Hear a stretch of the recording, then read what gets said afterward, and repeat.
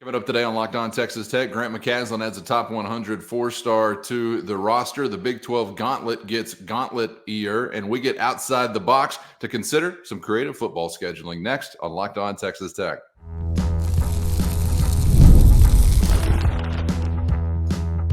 You are Locked On Texas Tech, your daily podcast on the Texas Tech Red Raiders. Part of the Locked On Podcast Network, your team every day. Great to be with you again on Locked On Texas Tech on the Locked On Podcast Network, your team every day, always free and available on YouTube or anywhere you get podcasts. Appreciate you making us your first listen with the only Chris Level. I'm Casey Cowan. Chris, great to be back with you and plenty to dive into today, both on a basketball and a football front. We'll get into a scheduling conversation as far as what is upcoming and some outside the box thinking possibly down the road for Texas Tech as it relates to a football schedule. But want to kick off our conversation with an addition for Grant McCasland and the Red Raider men's basketball team. And I got to tell you, a little out of practice, considering someone that's not from the portal, not from another college basketball team. And I just want to make sure I'm getting this all right. As you have a pretty significant ad, it seems like. I think one of the top remaining 2024 class additions that would be possible in the form of this four-star point guard, Christian Anderson Jr. So give us some context here as to this addition and how the relationship came to be. Yeah, Cowan, I think this is they had been talking to his group, I think, for a while. I think, remember when I mentioned to you, was it Friday? We were doing that portal show, and I said, I think you're going to add another guard, and a big. Well, this was the guard. He had been on campus Wednesday, Thursday-ish, maybe even into Friday morning at the time that we were still talking. And I think it was pretty much done by then at that point. And, you just kind of wait on him to kind of make it public. And, you're not for sure that this is what he's going to choose, but this is a long-time Michigan commitment that I think he's got some folks around him that also have ties to like Frederico and EY, and there's just there's somebody up north that knows players and kind of handles a lot of things, tries to put things together, and I think that's part of what led him to Texas Tech too. And I think ultimately there's a lot of trust in Grant and his staff. AC knows a lot of folks. Luke knows a lot of folks. Matt Breyer knows a lot of folks. But I think Grant is somebody that the basketball world in a lot of aspects trusts. I think that, obviously he's going to go to the USA basketball combine and all those different things here shortly. And coach the younger version of the USA basketball team. Will coach McCasland. So, I think this is somebody too that when you start looking at all the NIL money getting thrown around, this is probably somebody that as just a young player probably doesn't command a ton, if that makes sense. I don't know where that would land, but one would think that you're still out there and all that, so there may be a good fit there. But from a basketball standpoint, this is a really good player. I played. I was in high school basketball. I used to play I was in Arlington Heights and Fort Worth, and we would play in a tournament called the Westside Lions Waterburger tournament, and it was always similar to Cap Rock here. And when I don't remember if it was junior or senior year, they brought in Oak Hill Academy. And I thought, okay, I was like, not familiar with this place. But Oak Hill Academy was a prep school. It's in Virginia. And they had, I think, 8 of their 10 players on their team were already Division I signees. You're talking a high school basketball team that had signed 8 Division I kids. So this was a college basketball high school team, basically. And ever since then, it's always been on my radar. When I see Oak Hill, I always remember back to that point. But it's a factory. I mean, and you have to be really good.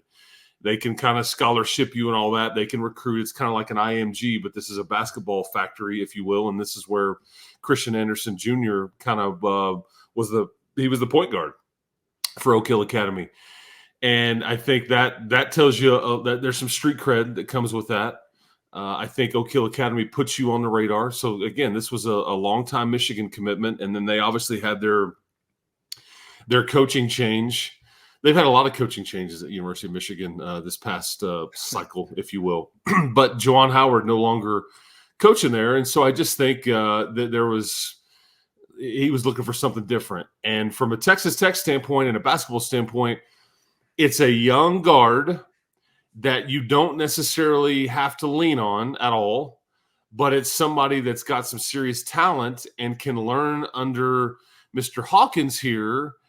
And maybe take over your point guard spot in a year from now and run your team. Maybe it's an internal option and a younger option on being able to kind of take the baton after Mr. Hawkins graduates and departs and all that after manning the point for this next season.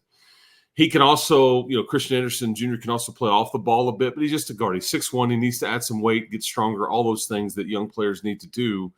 But the talent is there, and I think the basketball pedigree is there as well. He's got really solid basketball people around him, including his dad, that I think they appreciated the basketball-centric portion of Lubbock, and that this is the game in town, folks. This is the pro team of West Texas kind of thing, and I think they were enthralled by that. Yeah, I think I saw a Rivals Top 100 player, like you said, Michigan ties previously, and I can only imagine a little bit of a difference between Juwan Howard to Grant McCaslin. Unless I'm missing something, I haven't seen Grant McCaslin take a swing at anybody in a handshake line, but maybe there's something in the past that I've just missed. But you would think there might be a little bit difference as far as the personality and the resume is concerned between those two coaches. You mentioned 6'1", and this is just kind of why I like every once in a while to take a stroll through Cuckoo Land, known as a college sports message board. So my favorite destination there for that is RedRaidersports.com. And I was reading some of the reaction to this edition and talking about, well, he's still growing. This guy's still growing. He could get a little taller. And then someone comes along a little further. Well, there's this thing he's got where his bones are younger than his age actually is. So he's continuing to. I'm not a medical doctor. I don't know if you saw any of this yesterday, but this was cracking me up. These conversations that happen, some speculative, some based in medical fact. But 6'1", that part is a fact. I don't know about the age of his bones as related to his being.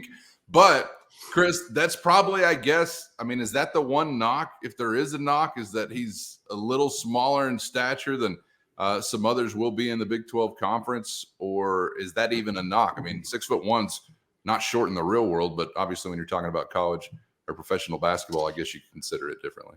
Oh, I think as long as he is 6'1", because I think that's what I would go back to Trezarian White that came in here, and I think there was a lot of chatter because he was listed at like 6'6", 6'7" at a variety of places, and I think he came in here and it was like 6'3".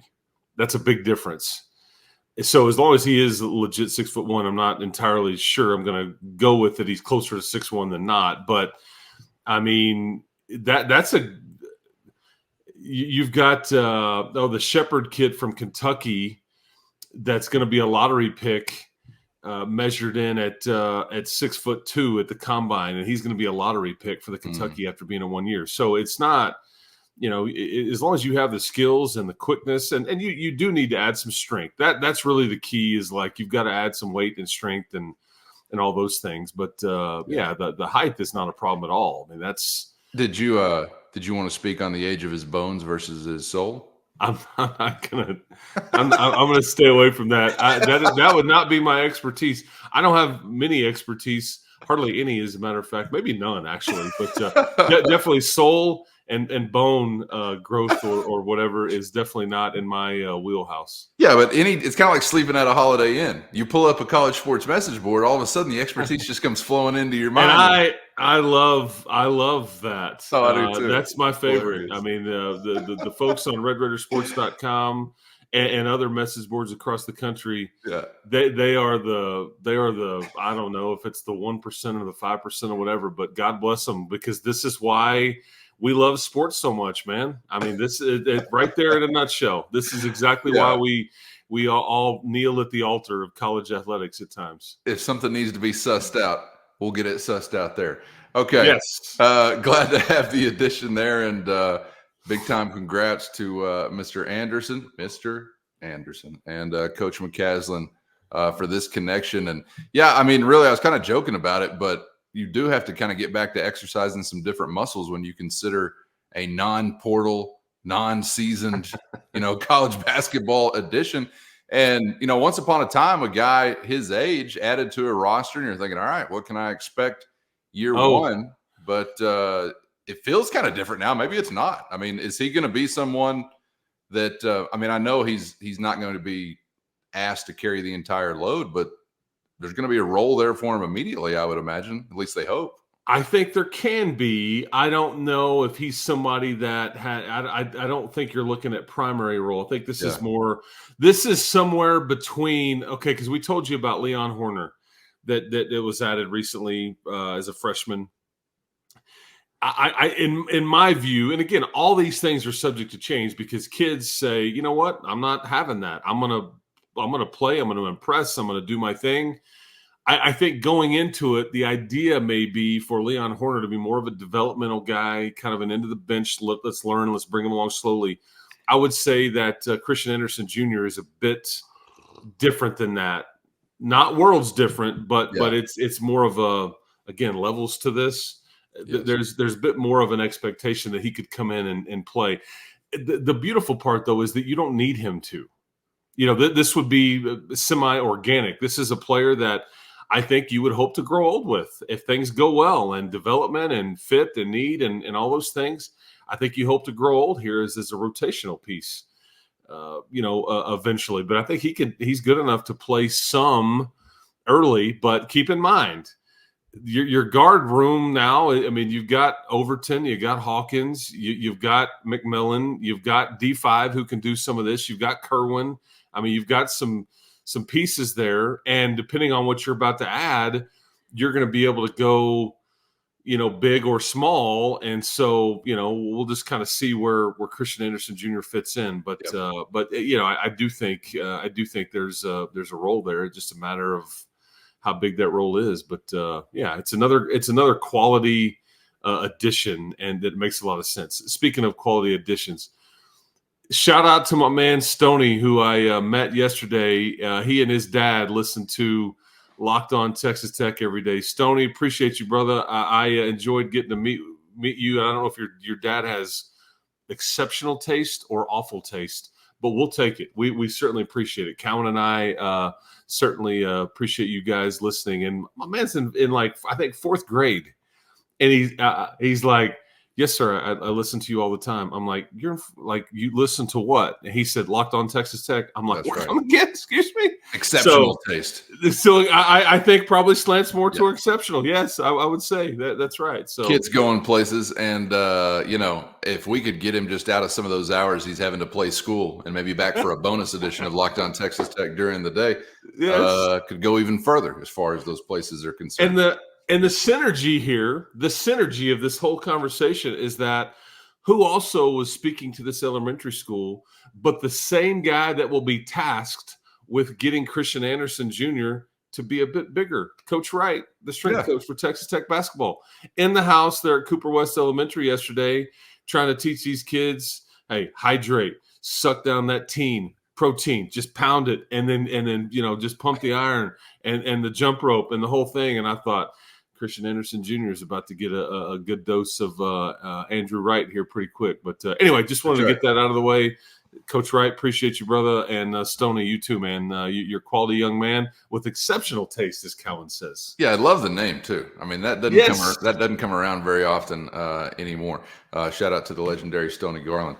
Regardless of how old the bones are, milk does a body good. Just let's all remember that here today. Whole milk, yes. As we transition. Yeah, none of the almond stuff or the soy stuff. Almonds don't have milk. Chris, let's stick with hoops, but let's get to this reporting on your upcoming basketball schedule and basically the Big 12 gauntlet getting gauntlet-ier. First, today's episode brought to you by LinkedIn Jobs. And when you're hiring for your small business, you want to find quality professionals that are right for the role. And that's why you have to check out LinkedIn Jobs. LinkedIn has the tools to help find the right professionals for your team faster and for free. And LinkedIn isn't just another job board. LinkedIn has a vast network of more than 1 billion professionals, which makes it the best place to hire. Gives you access to professionals you can't find anywhere else, and it does it all while making the process easy and intuitive. Hiring is easy when you have that many quality candidates. So easy, in fact, that 86% of small businesses get a qualified candidate within only 24 hours. LinkedIn is constantly finding ways to make the process easier. They even just launched a feature that helps you write job descriptions, making the process even easier and quicker. So post your job for free at linkedin.com/lockedoncollege. That's linkedin.com/lockedoncollege to post your job for free today. Terms and conditions apply. Basically, the Big 12 gauntlet getting gauntlet-ier. That is a word I think they would tell you at any middle school.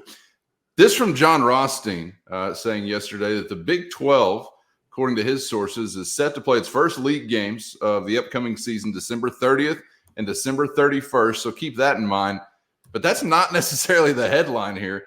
He goes on to say the conference is going to, obviously, the 20-game league schedule, and each team will play 2 league games per week next season with 0 buys. So there is no rest for the weary. Now, as a podcast host, hell yes, I'm glad to have 0 buys. Why not 3 games a week, guys? What are we doing? There's still more days in the week to cram one in there. But I don't know if the coaches would necessarily or the players would necessarily agree with that.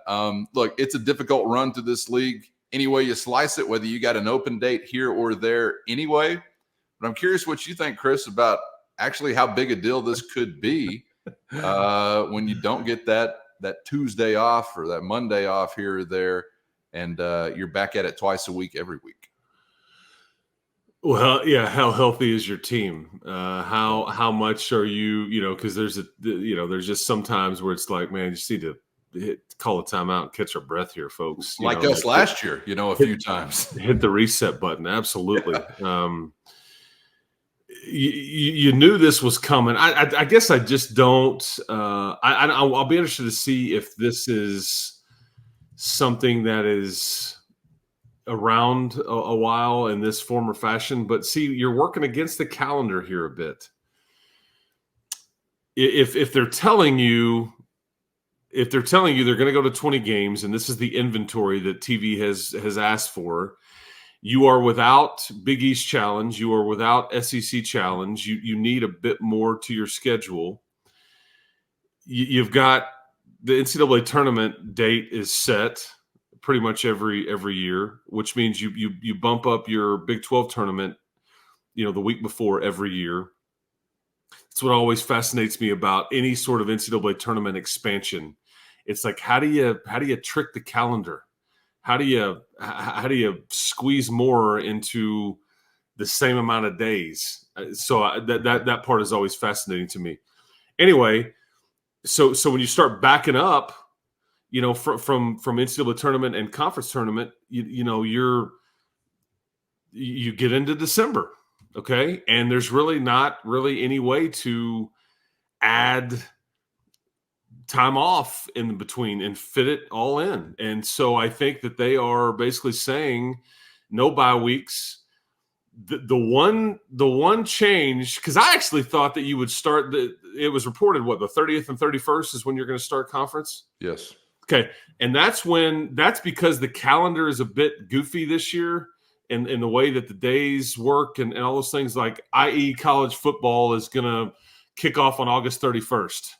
Whereas a lot of times it's like, okay, the first week of college football season is the 5th or the 7th or whatever. So it's just kind of moved around. I think there will be some years where you have the same plan that your first Big 12 game is going to be closer to like the 28th of December and not the 30th or the 31st.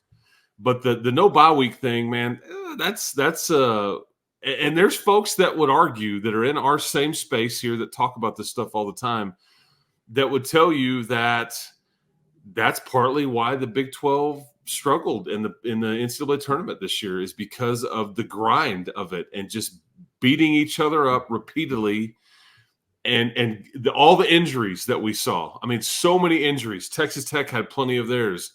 Houston, Baylor, on and on it went, certainly Kansas.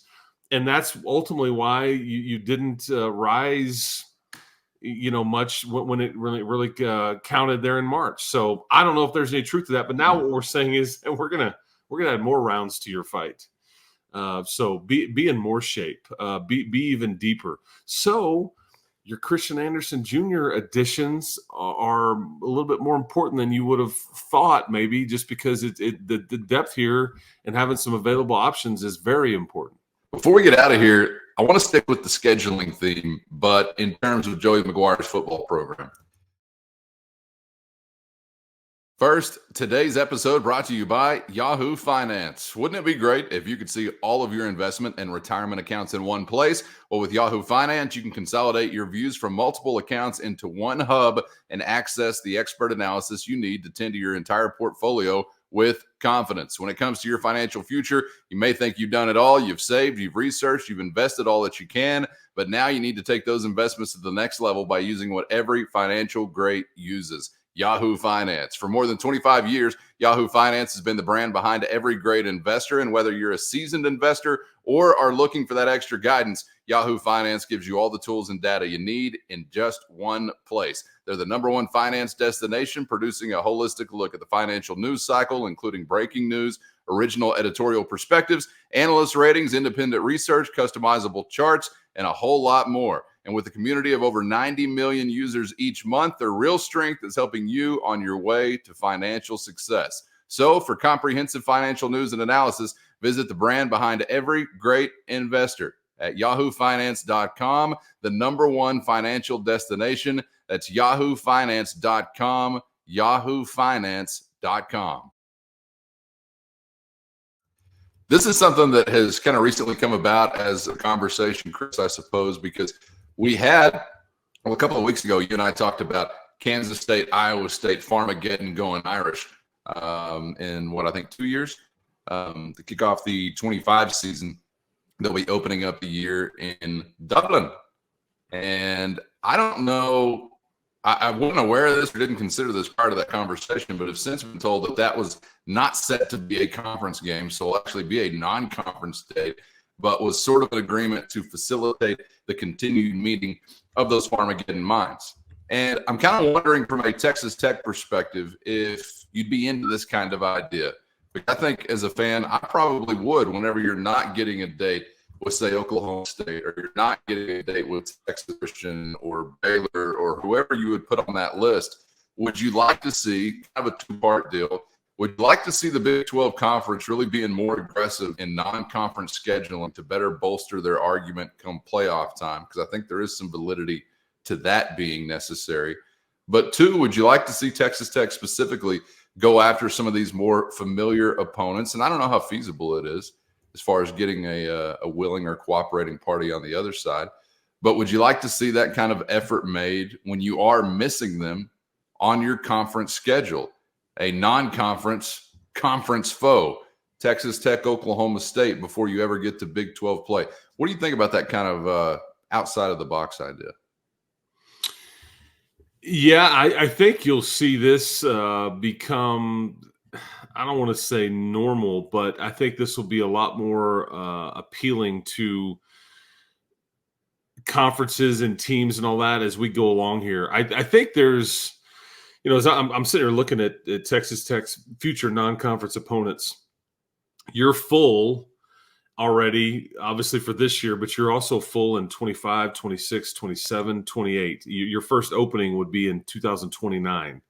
Now, that is assuming that all things stay the same and things aren't adjusted and we see this stuff get, changed or contracts bought out of all the time and tweaked and whatnot. Even just more so now.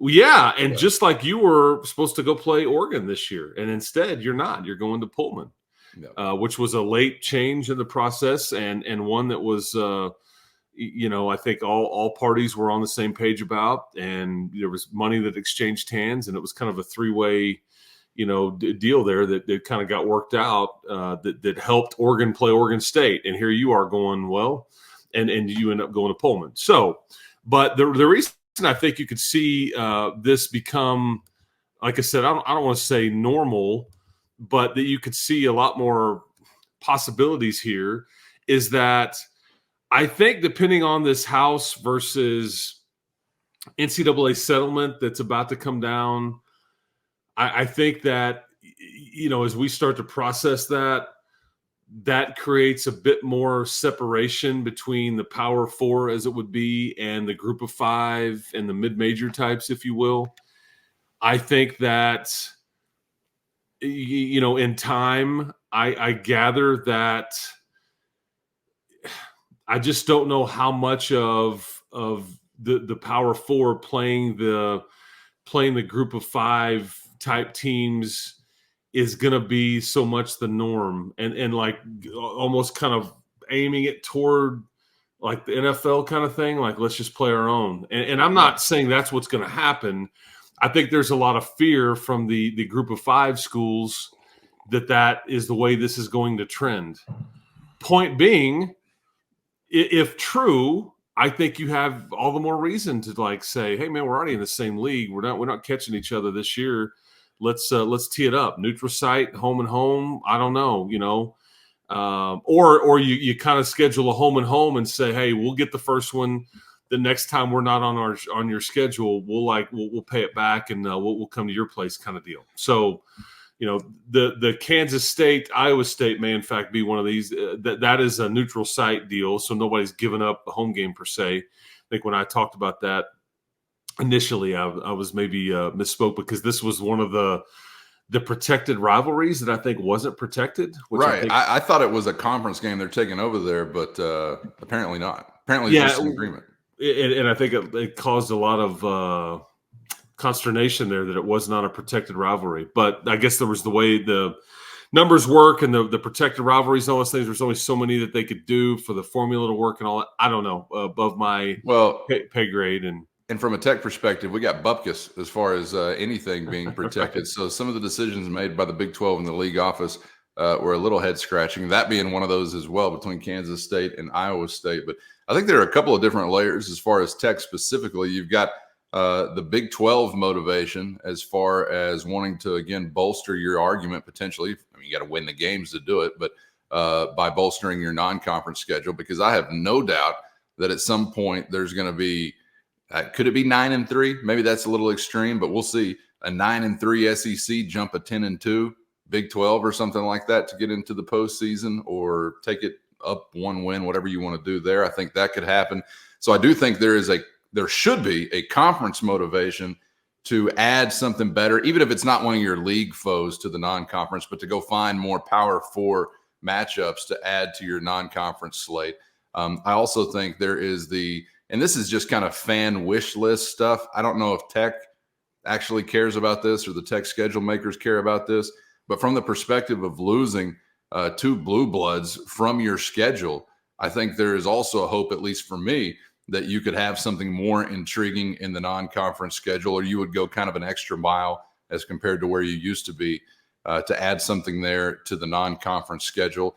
I'm glad that we've advanced slowly to adding something more interesting as far as what was formerly a Power 5 matchup to the non-con, but Abilene Christian, North Texas, Arkansas Pine Bluff, Colorado State, Abilene Christian, Colorado State, Arkansas Pine Bluff, North Texas, Missouri State, Fresno State. This is some of what's coming up in some years to come. I could do without all of the above. And I know that, yes, it's very frightening to add someone competitive to your non-conference schedule, but let's get busy. Like Wyoming last year. Exactly. Well, And you do try to facilitate it to your advantage. Maybe you can, maybe you can't.